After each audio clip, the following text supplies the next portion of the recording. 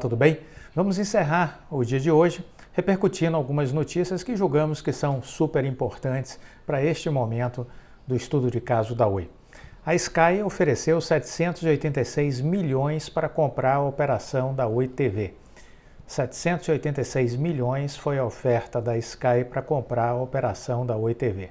O acordo entre a Oi e a Sky para a venda de acessos de TV por assinatura por satélite da Oi TV teve o valor divulgado na terça-feira, dia 28, ao juntar os documentos relacionados aí ao processo de recuperação judicial feito pelo escritório Arnold Wald. A proposta da Sky foi no valor de 786 milhões de reais, com valor a ser pago em duas parcelas após aprovação pelo Conselho Administrativo de Defesa Econômica, o CAD. Porém, o juízo da recuperação também precisará autorizar a venda e ainda não proferiu decisão a respeito. O valor deve ser livre de qualquer ônus e sem sucessão do adquirente nas obrigações do Grupo Oi, materializadas ou contingentes, inclusive, mas sem limitação às de natureza ambiental, regulatória, administrativa, penal, anticorrupção, tributária e trabalhista, nos termos da lei. A base do DTH inclui ainda os equipamentos de operação, ou seja, a transferência para a Sky dos set-top boxes, cartões e chips de acesso condicionado, antenas e LNBs. O trecho da proposta citada no relatório não menciona o compartilhamento da operação de IPTV, ou seja, da TV por assinatura da Oi pela fibra, nem futuras parcerias de distribuição de conteúdos por streaming ou venda conjunta de serviços. A proposta está em análise pelo juiz Fernando Viana, da 7ª Vara Empresarial do Tribunal de Justiça, e o escritório que cuidava da recuperação judicial lembra que apenas a venda do imóvel contava com prazos para os procedimentos de alienação. Os demais ativos podem ter a venda concluída a qualquer tempo. A maioria já foi concretizada, mas a Oi TV deve ficar para depois do fim da recuperação judicial. Com a entrega da documentação necessária para a análise final do juiz, espera-se pela decisão sobre o fim ou não da recuperação judicial da Oi em breve. Então, essa é uma notícia que foi divulgada na terça-feira, dia 28, mais um valor aí no caixa da Oi, 786 milhões de reais pela venda da Oi TV. Lembrando que a parte relacionada à fibra ótica não foi objeto dessa negociação, ficou de fora, certo? Uma outra notícia é com relação ao próprio relatório final da recuperação judicial da Oi, que foi entregue no fim do dia 27, na segunda-feira. Então, essa documentação toda foi entregue no gabinete do juiz Fernando Viana. O relatório final sobre a recuperação foi entregue no final da noite de segunda-feira, a 27, a 7ª Vara Empresarial do Tribunal de Justiça do Rio de Janeiro. A vasta documentação, elaborada pelo administrador judicial, o escritório Arnold Wald, concluiu que todas as empresas que atualmente formam o grupo do processo, a Oi S.A., Portugal Telecom Internacional e a Oi Brasil Holdings, após série de consolidações organizacionais, cumpriram as obrigações vencidas no curso da fiscalização. Desde o início da RJ, a Oi efetuou o pagamento de parte de sua dívida. O relatório coloca que, por isso, 35 mil, tome nota desse número, viu? 35.372 credores que tinham créditos até 50 mil reais já foram excluídos da listagem final. 35.372 credores com créditos de até 50 mil reais já foram excluídos da lista final, pois já tiveram os seus créditos quitados. Em caso de pagamento parcial, o quadro geral de credores corrigiu o valor para refletir o cenário atual. Foram ainda 32.273 sentenças proferidas em relação a incidentes de habilitação e impugnação de créditos até o dia 30 de março, data de fechamento da apuração. Foram 31.220 acordos de pagamento adiantado de crédito desses credores menores, além de mais 4.614 em Portugal. No total, a Oi pagou 640 milhões a credores concursais. Ainda estão sendo pagas as dívidas para credores concursais retardatários, mas o site disponibilizado pela operadora permitirá que mais desses credores que não tenham ingressado com distribuição por dependência do pedido de habilitação, impugnação, possam fazer a habilitação administrativa. Os credores parceiros totalizaram 2,4 bilhões de reais, enquanto a dívida de 326 bilhões do BNDES foi paga de uma vez após a conclusão da venda do imóvel. No caso da Anatel, após a repactuação, ficou um total de 9,109 bilhões, considerando a quitação de uma parte com os depósitos judiciais, o valor final ficou em 7,33 bilhões de reais, já devidamente equacionada numa negociação entre as partes. Por sua vez, os valores relacionados aí aos bondholders não qualificados foi de 103,5 milhões de dólares, enquanto dos qualificados totalizou 1,715 bilhão de dólares. A oferta geral foi de 150,193 milhões mais 378,9 milhões de dólares e 597,9 milhões de euros.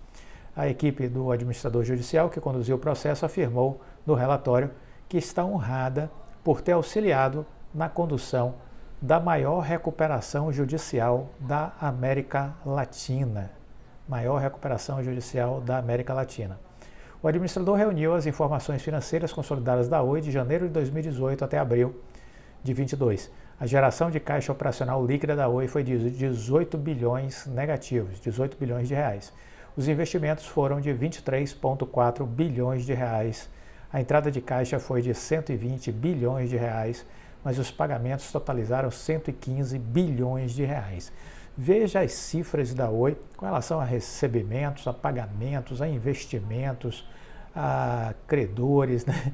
Veja que é sempre contas nas casas dos bilhões, não é? Lembre-se, gente, foi uma grande empresa no passado, né? Correu sérios riscos de falir, mas essa empresa está conseguindo sair da recuperação judicial e começar uma nova vida. É isso que a gente precisa estar atento, né? Não é uma empresa de fundo de quintal, não é uma microempresa de fibra ótica, não é uma média nem pequena empresa de fibra ótica. É uma grande empresa. Ela sai da recuperação judicial ainda sendo uma grande empresa. Muitos ainda não entenderam isso. Paciência. A gente não pode abrir a cabeça da criatura para que ela entenda. Ela vai continuar sem entender. Vida que segue. Agora, é importante dizer que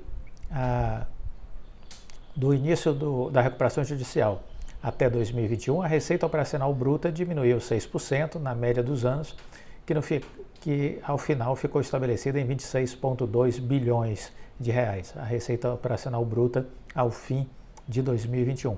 As receitas operacionais tiveram aumento de 46% na média anual, ficando em 4,4 bilhões. O resultado financeiro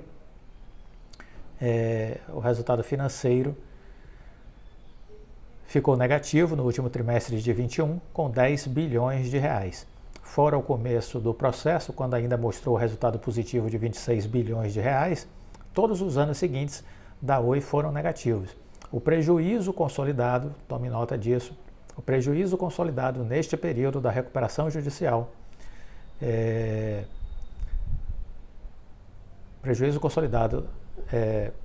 no mesmo período do ano passado foi de 8,5 bilhões de reais. 8,5 bilhões de reais. Devido à flutuação média, foi um prejuízo aí de 863,8 milhões. Então, temos aí os números, né? A empresa acumulou prejuízos durante esse período da recuperação judicial e isso pode ser lançado lá na frente para uma compensação tributária. Isso pode ser lançado mais à frente para uma compensação tributária. Esses prejuízos sucessivos, né? Então temos aí os números divulgados pelo escritório que concluiu no dia 27 a entrega de toda a documentação para o juiz. E agora estamos aí nessa expectativa de concluir essa fase. Na verdade, não há nada, absolutamente nada mais a esperar e estaremos comentando nos próximos vídeos a respeito deste novo momento, porque sim, estamos num novo momento, né? Quero aproveitar para comentar com vocês um dado que eu acho que é extremamente ilustrativo a respeito do Brasil. 64 mil escolas, tomem nota, 64 mil escolas possuem internet com menos de 6 megabytes por segundo no Brasil. São 44,7 mil instituições públicas nas cidades e 34,3 mil na área rural. Essa é uma realidade vergonhosa, uma vergonha que se exponencializa quando a gente lembra que lá no FUST tem 44 bilhões de reais para serem investidos e não são. Fundo da Universalização do Serviço de Telecomunicações. Impostos recolhidos das nossas contas de telefone e de internet, ano após ano, desde a privatização do sistema Telebrás. Soma 44 bilhões de reais, sem ser usado, enquanto a situação de 64 mil escolas é esta. Os programas mais abrangentes de conectividade nas escolas públicas brasileiras proporcionam internet com menos de 6 megabytes por segundo de download para cerca de 64 mil instituições, 44,7 mil nas cidades e 29,9 mil na área rural. Esses dados foram apresentados em audiência pública na Subcomissão Temporária de Acompanhamento da Educação na Pandemia do Senado Federal. Uma internet de até 5 megabytes por segundo é insuficiente para, por exemplo, reproduzir mídias com imagem de qualidade média, como resolução de 720p. Ao apresentar os números, o secretário substituto de Telecomunicações do Ministério das Comunicações, Pedro Araújo, reconheceu que a conexão vem de programas que envelheceram mal e tem velocidades que estão defasadas em relação ao que é praticado hoje no mercado. Ele é um cara altamente intelectualizado, esse cidadão, né? Ele realmente conseguiu aí ter uma constatação de primeiro mundo, né? Um cidadão assim com um PhD, um nível de excelência de conhecimento estúpido, né? Ele disse que existem obstáculos no levantamento dos dados sobre a conectividade nas escolas e que os planos da pasta para melhorar o acesso dos estudantes estão aí. Para inglês ver. Para inglês ver.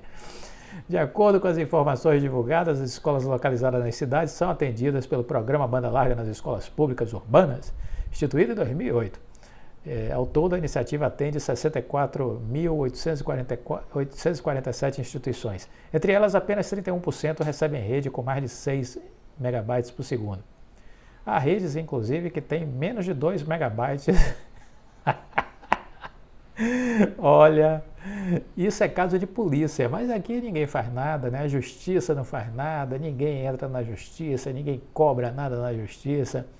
Porque o FUST está aí para resolver esse problema. 44 bilhões de reais esquecidos, adormecidos, trancados e todo mundo fazendo cara de paisagem, ninguém diz nada com nada, ninguém fala do assunto e a justiça não se manifesta, ninguém cobra a justiça, que diz, não, mas a justiça precisa ser cobrada, mas ninguém cobra também a justiça, ninguém está interessado nesse assunto do FUST, parece que sou eu, que sou o ET, que falo do FUST aqui no Brasil, não é? Parece que eu sou o ET, mas isso deveria estar sendo utilizado, isso gera emprego, isso gera educação, gera conhecimento, olha, seria um dinheiro tão bem investido, mas eles querem o kit robótica, eles querem a emenda Pix, eles querem a emenda Pix, eles querem o kit robótica, eles querem os caminhões de lixo, eles querem essa esculhambação que está aí, entendeu? É isso que eles querem.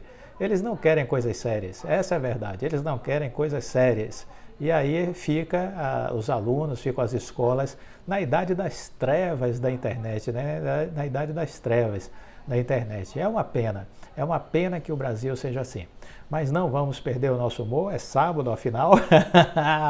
Vamos curtir com a família, vamos curtir uma boa pizza, um bom vinho. Desejo um ótimo fim de noite para todos, curtam bastante e amanhã a gente continua falando sobre esse novo momento da Oi, esse momento pós saída da recuperação judicial. Sim, porque este é o momento que nós estamos vivendo agora.